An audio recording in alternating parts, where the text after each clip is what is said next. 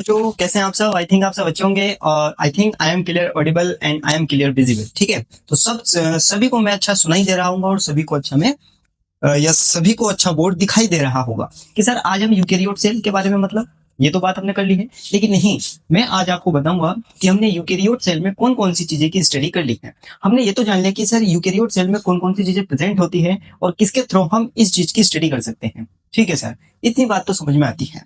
अब हम बात करते हैं यूकेरियोटिक सेल। समझ के चले कि यह एक यूकेरियोटिक सेल है। जी सर।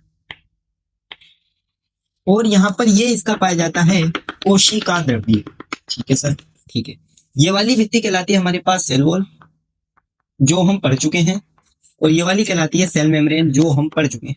ठीक है कि सर अब हम इसके अंदर जो साइटोप्लाज्म होता है, जो इसके अंदर साइटोप्लाज्म होता है, साइटोप्लाज्म का क्या मतलब है? जो कोशिका द्रव्य होता है। कोशिका द्रव्य का क्या मतलब है? मैंने कहा देखो, कोशिका द्रव्य, साइटोप्लाज्म। ठीक है, कोशिका द्रव्य में दो चीजें होती हैं। एक तो आपके पास जैव रासायनिक क्रियाएं होती हैं, मतलब कि जितनी भी बायो प्रोसेस होती है इसमें, जैसे कि प्रोटीन का निर्माण और वसा का निर्माण, वो सब इस कोशिका द्रव्य में ही प्रेजेंट होता है। ठीक है, जैव रासायनिक क्रिया, खाने पीने का जितने भी सिस्टम है वो सब इसमें ही होता है। जैव रासायनिक प्रक्रिया, ठीक है, इसमें होती है। और इसमें पाए जाते हैं आपके पास आयंस पाए जाते हैं, और आपके पास इसमें बहुत सारी चीजें पाई जाती है, जैसे कि आयंस हुए, जैव अणु हुए, ठीक है, और प्रोटीन्स हुए, सब चीज इस साइटोप्लाज्म में ही प्रेजेंट होती है। तो अब हम देखते हैं कि सर इसमें तो बहुत सारी चीजें, आयन से, जैव है, प्रोटीन से, और बहुत सारे कोशिकांग, बहुत सारे कोशिकांग है। ठीक है सर। सर कोशिकांग का मतलब है कोशिका के अंग। तो कौन कौन से कोशिकांग है प्लीज हमें बताएं, तो आपका भला हो जाता। मैंने कहा ठीक है। देखो, अब हम जानेंगे कोशिकांग के बारे में। ठीक है, सबसे पहले ठीक है, देखो कि सर कोशिकांग, कोशिकांग का मतलब कोशिका के अंग, जिसे हम इंग्लिश में कहते हैं ऑर्गेनल्स। ठीक है, देखो इन ऑर्गेनल्स को तीन प्रकार में बांटा है कि सर कौन कौन से। सबसे पहले होते हैं दुई झिल्ली, मतलब कि यूकेरियोट सेल में कुछ ऐसे अंग होते हैं जो दो झिल्ली से घिरे हुए होते हैं, मतलब कि डबल मेम्ब्रेन बाउंड होते हैं। और एक होते हैं एकल झिल्ली। कैसे होते हैं? एकल झिल्ली वाले होते हैं। और एक होते हैं आपके पास झिल्ली रहित, जिसमें कोई मेम्ब्रेन नहीं होती। ठीक है, ठीक है। ध्यान रखना यहाँ पर कौन कौन से अंग होते हैं जो दो झिल्ली से घिरे हुए होते हैं।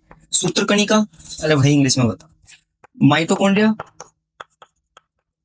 ठीक है, जिसे हिंदी में सूत्रकणिका के नाम से जानते हैं। न्यूक्लियस की केंद्रक, ठीक है। और नंबर तीसरे पर होते हैं आपके पास क्या होते हैं? प्लास्टिड्स।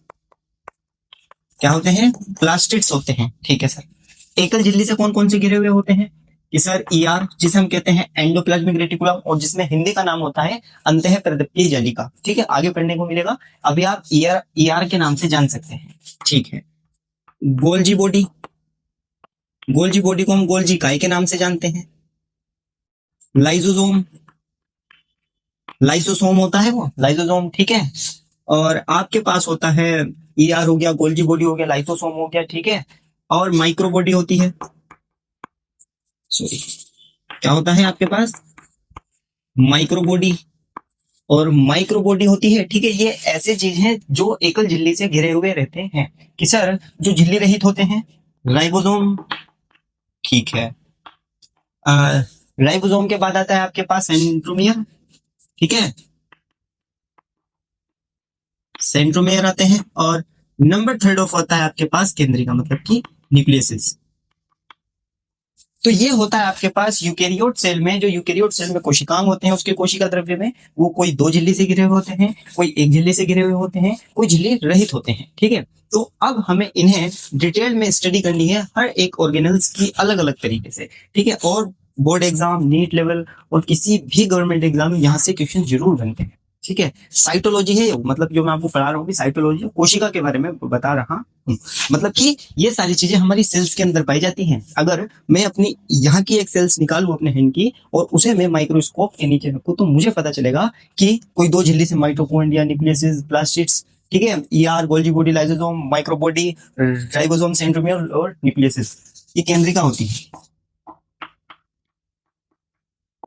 केंद्रिका। ठीक है, इतनी बात तो समझ में आई होगी। तो अब इस चीज को अच्छे से पढ़ें, ध्यान रखें कि आपके शरीर के अंदर कौन कौन सी चीजें प्रेजेंट है और वे किस तरीके से कार्य करती है, मैं आगे बताऊंगा। तब तक के लिए सब्सक्राइब करें वायु विदिशान को और अपने हर एक टॉपिक को अच्छा करके चले। बहुत बहुत धन्यवाद।